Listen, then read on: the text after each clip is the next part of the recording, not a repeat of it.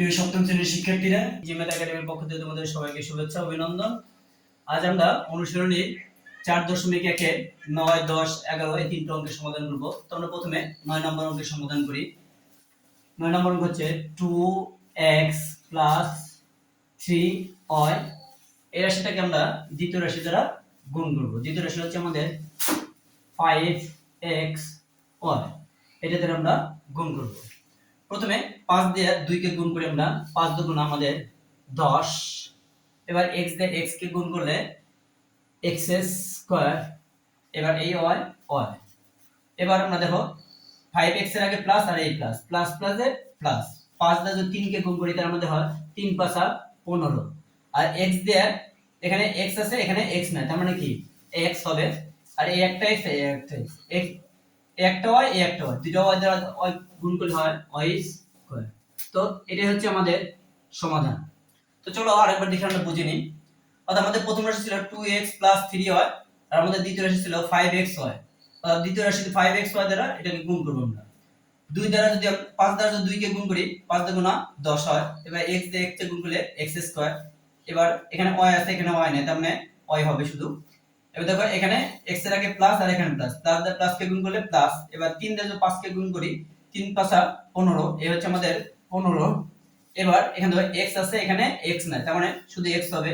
এখানে y আছে, এখানে y আছে, তার মানে y দিয়ে y কে গুণ করলে হয় y²। তো চলো যাই এখন আমরা দেখি 10 নম্বর অঙ্কের সমাধান করি। আমাদের 10 নম্বর অঙ্কটা হচ্ছে 5x² - 4xy। প্রথম রাশি হচ্ছে এটা, আমাদের দ্বিতীয় রাশি হচ্ছে এটা 9x²y। অর্থাৎ আমরা প্রথম রাশি দ্বারা দ্বিতীয় রাশিকে গুণ করব। দেখো আমরা 9 দিয়ে যদি প্রথমে আমরা সংখ্যাকে গুণ করি, 9 দিয়ে যদি 5 কে গুণ করি, 5 × 9 = 45, আমাদের হচ্ছে 45। এবার দেখো এখানে একটা x, এখানে x, দুটো x থেকে আমরা একটা x নিলাম। x এর পাওয়ার যোগ হয়, তাহলে এখানে x এর পাওয়ার আছে 2 আর এখানে পাওয়ার আছে 2, 2 আর 2 যদি যোগ করি তাহলে হচ্ছে আমাদের 4। এবার এখানে y আছে, এখানে y নাই, তার মানে এখানে আমাদের শুধু y হবে। এবার দেখো এখানে প্লাস আর এখানে মাইনাস, প্লাস মাইনাসে মাইনাস। 9 দিয়ে যদি 4 কে গুণ করি, 4 × 9 = 36। এবার x এখানে একটা x, এখানে একটা x, দুটো x থেকে আমরা একটা x নিয়ে নিলাম। এবার দেখো x এর পাওয়ার গুণ করলে যোগ হয়, তাহলে এখানে আছে দুইটা x আর এখানে আছে একটা x, তাহলে আমাদের হচ্ছে পাওয়ার 3, x পাওয়ার 3। এবার এখানে একটা হয়, এখানে একটা হয়, y দিয়ে y কে গুণ করলে হয় আমাদের y²। তো এটাই হচ্ছে আমাদের 10 নম্বর অঙ্কের সমাধান। দেখো 10 নম্বর অঙ্কটা আমরা আরেকটা বুঝে নিই। প্রথমে আমরা প্রথম রাশিটা উঠেছি, তারপরে দ্বিতীয় রাশি উঠেছি। দ্বিতীয় রাশি দেখো আমাদের প্রথমে 9 আছে, এই 9 দিয়ে প্রথম রাশির 5 কে গুণ করব। 9 দিয়ে 5 কে গুণ করলে হয় 5 × 9 = 45। এবার x দিয়ে যদি x দিয়ে x কে গুণ করলে x হয়। এবার x আর x এর উপর পাওয়ার আছে 2 আর এখানে পাওয়ার আছে 2, 2 আর 2 যদি যোগ করি তাহলে হয় আমাদের 4। এখানে y আছে, এখানে y নাই, তার মানে শুধু y হবে। এবার a - 4, 9 দিয়ে 4 কে গুণ করলে 4 × 9 = 36। x x এখানে একটা x, এখানে দুটো x থেকে একটা x নিয়ে নিলাম। দেখো এখানে x এর পাওয়ার 2, এখানে x এর পাওয়ার কিছু নাই, তার মানে 1 আছে। 2 আর 1 যদি যোগ করি তাহলে হচ্ছে আমাদের x এর পাওয়ার 3। এবারে একটা y এই একটা y, দুটো y যদি যোগ করি তাহলে আমাদের হচ্ছে y²। তো এটা হচ্ছে আমাদের 10 নম্বর অঙ্কের সমাধান। তো চলো যাই এখন আমরা দেখি 11 নম্বর অঙ্কের সমাধান কিভাবে করতে পারি। 11 নম্বর অঙ্কটা আমাদের হচ্ছে 2a² - 3b² + c²।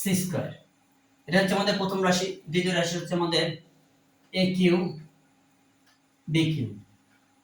আমরা এটা দ্বারা এটাকে গুণ করি, দেখো এখানে 2 আছে, এখানে তো এটা হচ্ছে আমাদের b²।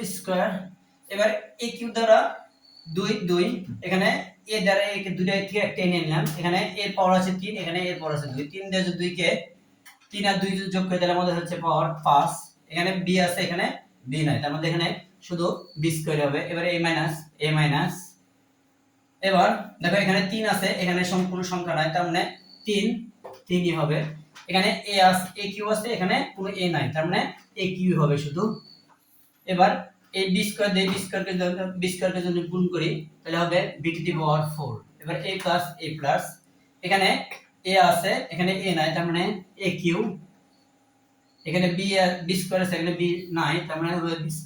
এখানে c² আছে, এখানে c নাই, তার মানে এখানে c²। তো এটা হচ্ছে আমাদের 11 নম্বর অঙ্কের সমাধান। তো চলো যাই দেখি 11 নম্বর অঙ্কটা কিভাবে সলিউশন করলাম। প্রথমে আমরা a কিউব দ্বারা a কিউব b স্কয়ার দ্বারা প্রথমটা এটা একটু গুণ করছি, 2 দিয়ে এটাকে গুণ করছি। তাহলে দেখো এখানে 2 আছে, এখানে 2 নাই, কোনো সংখ্যা নাই, তার মানে কি এই 2 2 হয়েছে। এবার এই একটাই দুটো এর থেকে একটা নিয়ে নিছি। এবার এর পাওয়ার 3 আছে, এখানে আছে কত 2 আছে, 3 আর 2 যোগ করছি 5 হয়েছে। এখানে দেখো b স্কয়ার আছে, এখানে কোনো b নাই, তার মানে হবে কি b স্কয়ার।